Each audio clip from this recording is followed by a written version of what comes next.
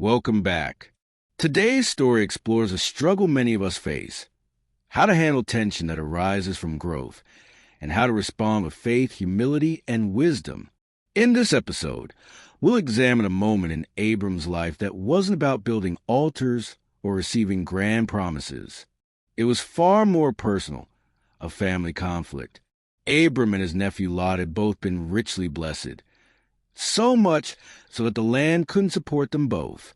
Their herds were multiplying, their wealth expanding, but the tension between their workers grew as well. So, what do you do when success begins to strain relationships? When the very thing you prayed for starts pulling people apart?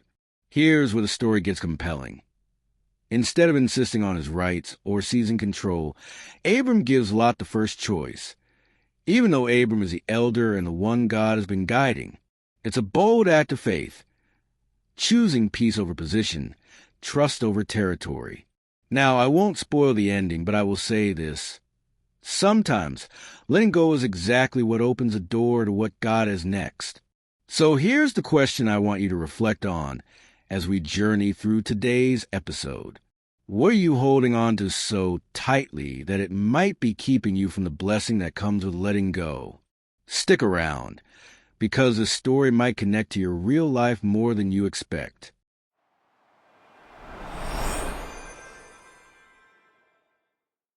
Genesis 13, modern-day reading. Abram and Lot go their separate ways. After leaving Egypt, Abram traveled north to the dry southern region of Canaan, called the Negev. He brought everything with him: his wife Sarai, all his belongings, and his nephew Lot. By this time, Abram had become very wealthy. He owned large herds of livestock and had silver and gold as well. As he journeyed, Abram returned to a familiar place, between the towns of Bethel and Ai, where he had once set up camp and built an altar. There, he paused and called out to God again, reaffirming his faith and connection. Lot, still traveling with Abram, also had large herds, flocks, and tents. But soon, a problem began to grow. There simply wasn't enough land and resources for both households to live peacefully together. Their workers started arguing over space and grazing land. To make matters more complicated, the land was already being shared with other groups, the Canaanites and Perizzites. Seeing the tension, Abram stepped in and said, "Let's not fight, and let's not let our people argue. We're family. There's plenty of land ahead of us. So let's separate. If you choose to go one way, I'll go the other." Lot looked around and saw a lush, green valley near the Jordan River that reminded him of Egypt. It was beautiful, thriving, and seemed full of opportunity. So he chose to move in that direction, settling near the city of Sodom, unaware that the people were known for being deeply immoral and rebellious against God. After Lot left, God spoke to Abram. He said, "Look around you, north, south, east, and west. Everything you see will one day belong to you and your descendants. I'm going to give you more offspring than can be counted, like grains of dust on the earth. Now go and walk to the land, explore it, because it's yours." So Abram moved and settled by the great trees of Mamre near Hebron.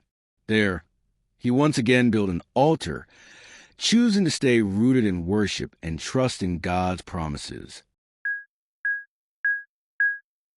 This is my interpretation of the text.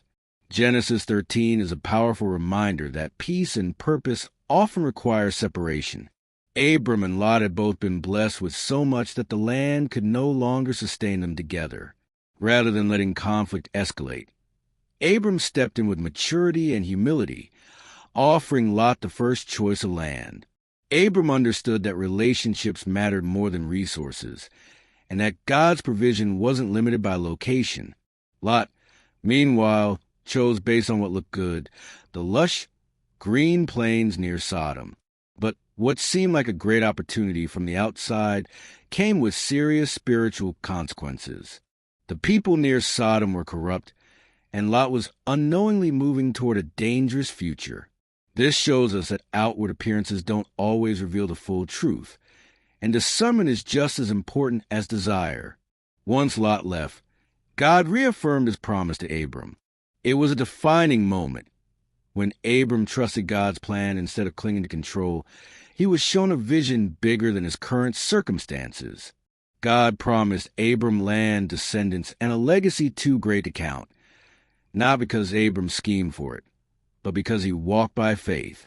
This chapter reminds us that choosing peace, letting go, and trusting God's timing can lead us into something far greater than we could plan for ourselves.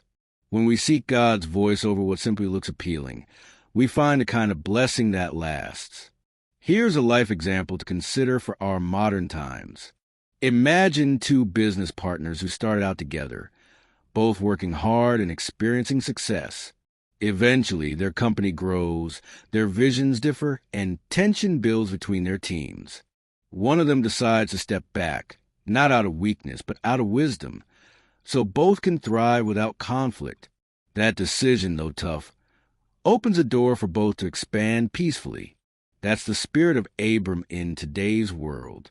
Or maybe it's closer to home, like two siblings trying to share space in a crowded household or family business.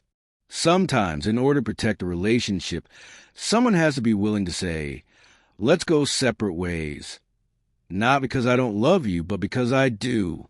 In both situations, peace becomes a priority, and that's where growth begins. This is the call to action for all of us. Today's message is clear. Sometimes walking by faith means stepping aside, letting go, or choosing peace over pride. Like Abram, we're called to trust that when we choose what honors God, even if it costs us the better-looking opportunity, He will provide more than we could imagine. Take a moment and ask yourself, are you holding on to something that's keeping you from peace or purpose? Let this story challenge you to lead with grace in moments of tension. Don't be afraid to let others go their way while you keep your heart fixed on God's promises. Your path may not look like the obvious one, but when God is guiding your steps, it will always be the right one. Thanks for listening today. The story of Abram and Lot is more than just a moment in ancient history. It's a powerful reminder that growth sometimes requires separation, and choosing peace often demands courage. We're not always called to fight for what looks best. We're called to trust that God will bless us when we walk in integrity, humility, and faith. Carry today's message into your own life. Whether you're facing tension in a relationship, a tough decision at work, or a moment where surrender feels hardest, remember, choosing peace is not weakness. It's wisdom. And sometimes faith shines through not in what you cling to, but in what you're willing to release. If this story speaks to you, like this episode, subscribe for more faith-centered inspiration that meets you right where you are. Comment below what resonated with you and how you're choosing to walk in faith this week. Share this with someone who might be holding on to something God is calling them to release. Until next time, keep moving forward, keep trusting, and keep showing up in faith.